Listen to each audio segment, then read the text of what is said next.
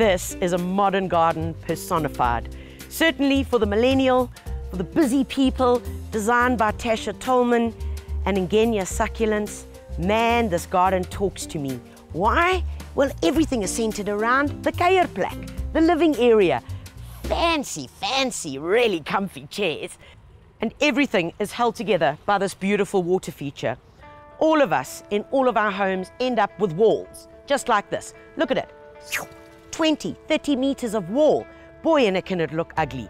However, centered, something amazing, something gentle, like these copper pipes for this water feature, just drown out the noise. Drown it out and take you down a whole lot of notches.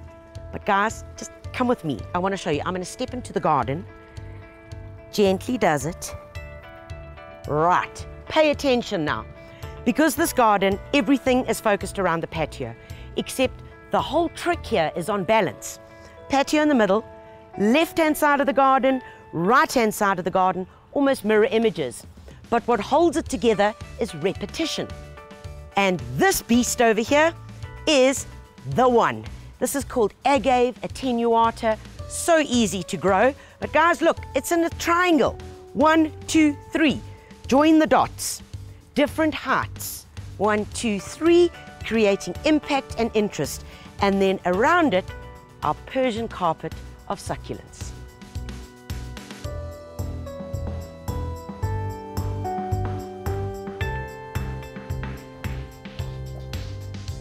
Remember, we spoke about the tapestry, literally the tapestry of succulents. And that's what I love about these little plants. You know, you really can't go wrong with them.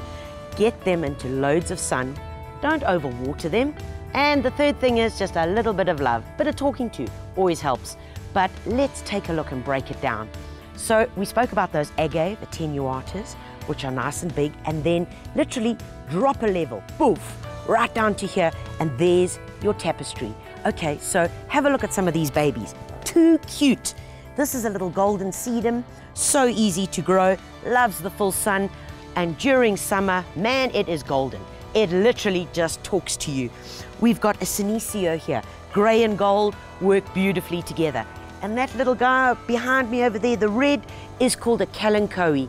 All of these are dead easy, but remember, not one plant was used, not 3 plants were used, but about 9, 12, 15. Keep them in big groups. And this doesn't mean even if you've got a garden this big. I want 3 of one kind there, 3 of another kind here, and maybe 5 over here. Because in that way, we get that pattern, we get that repetition, which really then makes the garden, poof, stand out. Now, if you're looking to add height to your garden, nothing does it better than a tree. Selecting one that will grow to a desired size is a key factor when it comes to townhouses or any garden size. Not only do they soften a space, but they soak up noise pollution and give our feathered friends a nice place to rest. Everybody asks, what tree can I plant in my garden? I don't want it to get too big. I don't want to have to call the tree fellas in 15 years' time to have to cut the thing down because it's taken over my entire townhouse garden. Well, here's a number 1 choice. It's called Olea europeana, subspecies africana. If you can't remember that, just remember that it's called the wild olive and it's indigenous. Lovely grey foliage, small, stout, compact, only gets to 3 to 4 meters maximum height. And if you prune it from the base and open up that sexy stem, well, within 18 months, you've got a small version of what that tree's gonna look like, but does the job. Evergreen, can cope with the cold, and of course, remember what I always say, grey adds a really nice touch into your garden.